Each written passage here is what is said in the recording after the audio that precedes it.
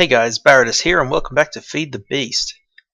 So in the last episode we got our quarry set up, and today, I'm not sure what we're going to do today. To start off, I'm just going to run through some of the stuff I got done since the last episode.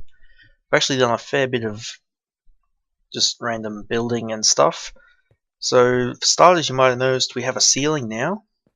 Not just a ceiling, we actually have 2 levels completed. So this is my planned storage room, which I'm planning, well, hoping to do something with barrels, I think they're called. Is it barrel? Yeah, these barrels I think they're from Factorization, but they're pretty cool, and everyone seems to make storage rooms with them now, so I'm going to give them a try because I haven't used them before.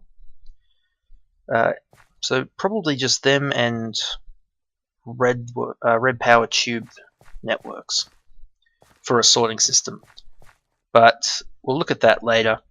I've also got an upper floor here, which I haven't decided what we'll put up here yet, but you know, it's just extending the building itself. As you can see, it's coming along, it's getting taller, but there's a lot of bits and pieces that I didn't want to do off camera. For starters, these dirt blocks are where I want to place red power lamps and have them connected to I want to have them connected to a daylight sensor, and I've also worked out a little like a flicker effect for when they turn on, similar to how if you've ever had fluorescent lighting, and when they'll do that sort of a flicker and start and stop sort of thing when you first turn them on. I want to get that sort of effect. So just on dark, the daylight sensor triggers and turns all the lights on in our factory, and they just sort of flicker and power up, and it should be good. And other than that, we have all these basically ceiling windows to let light through all the way to the bottom floor, so that during the day we don't need to worry about lamp light, and there'll be plenty of light in here, and you guys won't have to worry about not being able to see. So that's pretty much the factory so far. I've also gotten the walls of this building done, and our quarry's finished. This main quarry here. I actually ended up swapping out the peat-fired engines for 4 steam engines and moved our steam boiler over here. They're back in the power room at this point, but I had them set up and figured out how to get them working efficiently. It was actually pretty obvious, and I feel a bit silly for not just going and figuring it out, just looking up what I was missing, but we'll get to that in a minute. I've also set out some more areas for additional quarries to set up. So this will be our next one here in this space. Oh, it's going to start raining, is it? Okay. Oh well, yeah, I've got 3 more quarry areas set up, ready to go. We just need to get more piping to get power out to them. And yeah, so as part of our sorting system, I'm going to set it up so that instead of having all these chests here, the items will just get piped probably straight through into the main factory. But we'll have a split off somewhere to send coal into these, into our coke ovens, which will get sent from there into our power facility to power our boiler, which now lives in here. So I've moved it in here, got it set up and working, and I figured out, well, I didn't figure out, I looked it up on the wiki and mathed it out a bit and found out that the problem was gold piping. It was really limiting the amount of steam we could get to our engines, and not just that, it was the combination of the pipes and the fact that we were using an iron tank in between that was really slowing everything down. So what I basically figured out was that 2 low pressure tank blocks as part of one of these low pressure boilers will produce enough steam to power 1 of our commercial engines. So basically we've got 8 boiler tank blocks here, which means we have enough steam produced to supply 4 engines, which seemed to be pretty accurate. I found that when I start these up now, with no steam in the boiler, it'll get up to about this middle line, and then it'll sit there constantly. So it's producing just enough steam to power all these engines, and they'll go up to their maximum MJ, which I think was 4. Can't remember off the top of my head. I'm pretty sure it was 4. But they're all running at peak efficiency. These pipes can only supply enough steam per tick to power 2 engines as well, so if we want to add more engines, we'll have to, say, add another layer of blocks to this and then add another pipe off there. But that's all been fine now. I used that to power our quarry till it was finished, and then I moved it all over to here and used it to power our factory for a little while. But you'll notice we're missing a few gold pipes here, and that's because it turns out once the engines run out of work, these pipes overload and explode. Actually, I heard them explode the first time and just didn't realize that it was them. I thought it was something on TV or a YouTube video I had running or something. But yeah, it turned out these tubes actually exploded. So that's something I need to figure out yet. I'll probably have to look into what's it called? Does it start with red? It's not Zycordite. What is it? I don't think it's in here. It's, oh yeah, there it is. A redstone energy cell that'll hold MJ power, which is what we would probably want to make at some point, just to act as a battery. But that's, again, that's down the line. And I've got the same setup here with the skylights and the spaces for lamps. And it's, yeah, I'm going to try and get all the factories set up, so all the buildings in the factory area set up the same way, so they all have the daylight lights that'll flicker on, and should all look pretty cool. Moving on, I've also made a change over here. You might remember this was the jungle temple. Well, I didn't want to tear it down, but at the same time it looks pretty ugly the way it is, so I changed it up a bit. I've basically just tore it apart and rebuilt it almost identical in basalt brick. The only difference is I went through and added steps to a few places just to make it a little bit more, I don't know what you call it, just a little bit more smoother, a little bit more detailed looking. So it's also got this gap all the way through the middle of it, which I also tried to keep these inner floors fairly similar to how the actual temple looks. But we've got this gap in the middle here, and if we come right down to the bottom, my eventual plan is to add a beacon here that's going to shoot light straight up the middle. That's just one stage of this plan, because I'm also going to turn this into our Thorncraft building. Because if I remember right, there should be a really powerful aura node either right here or just on top of the building, the ruin.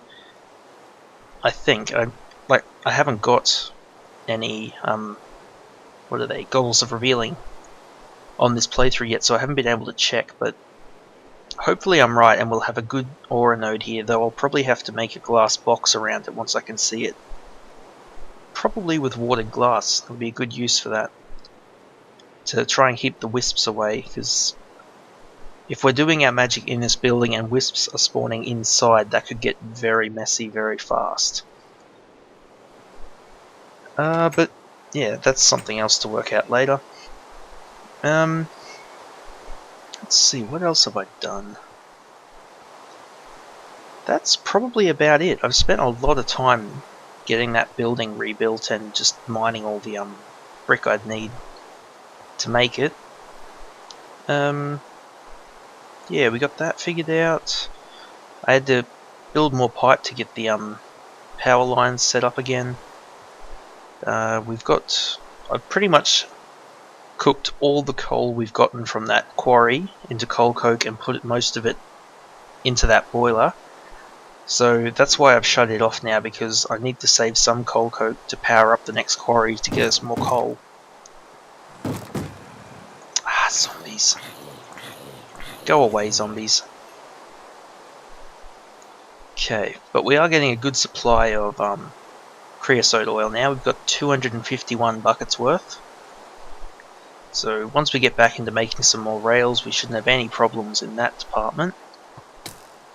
I really need to get inside. We shouldn't be doing this out in the rain at night. Yeah, die, you skeleton bastard. Okay.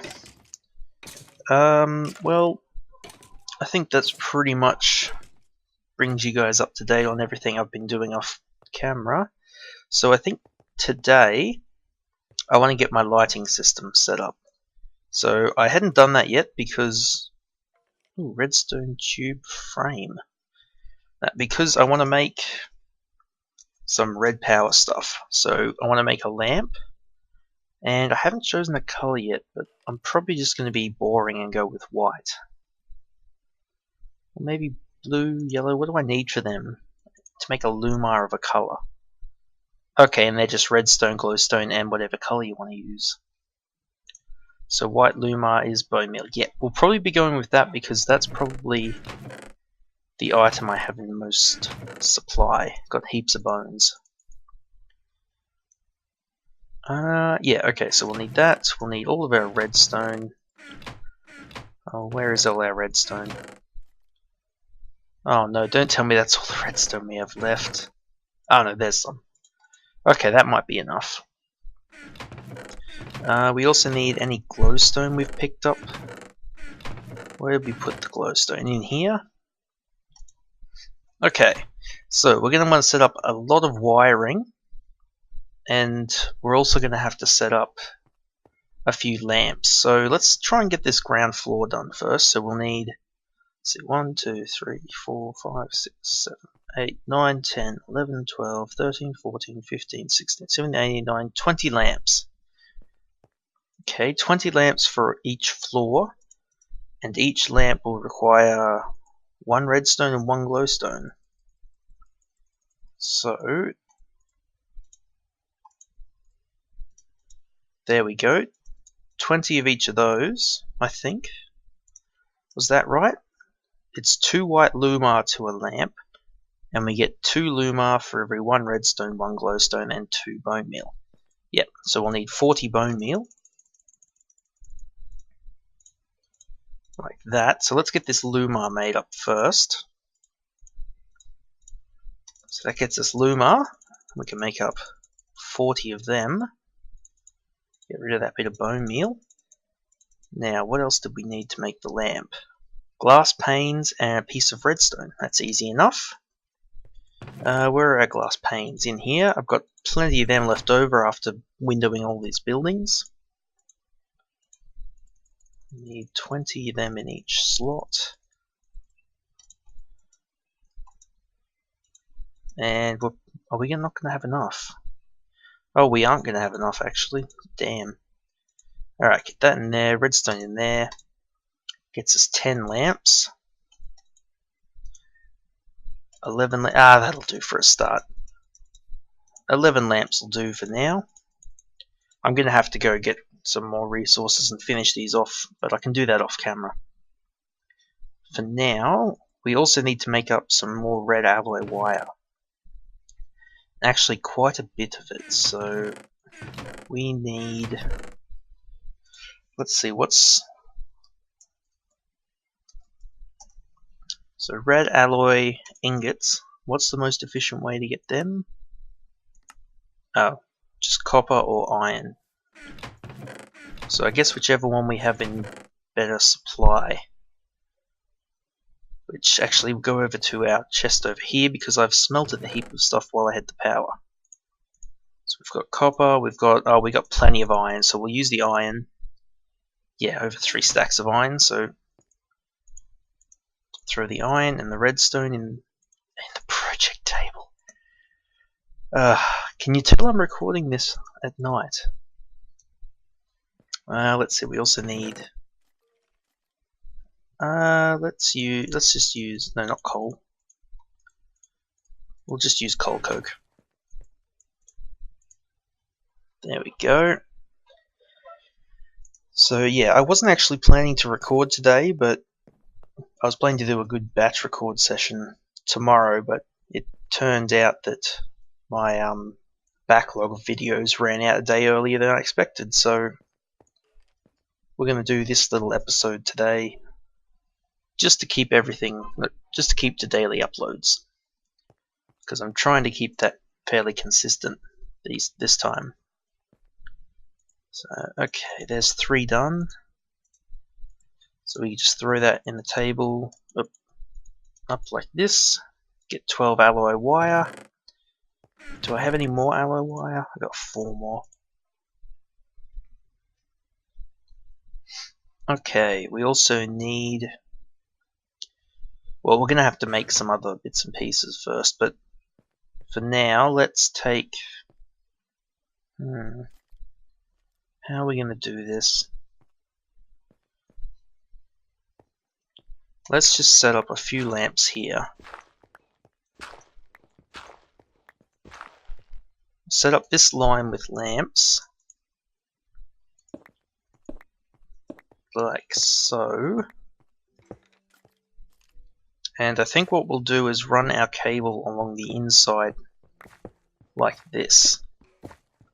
So red alloy wire and panels all work together really nicely, so we'll be able to make the floor look like there isn't any wire under here at all. So if we run this along here, and that's just about all our wire in one hit.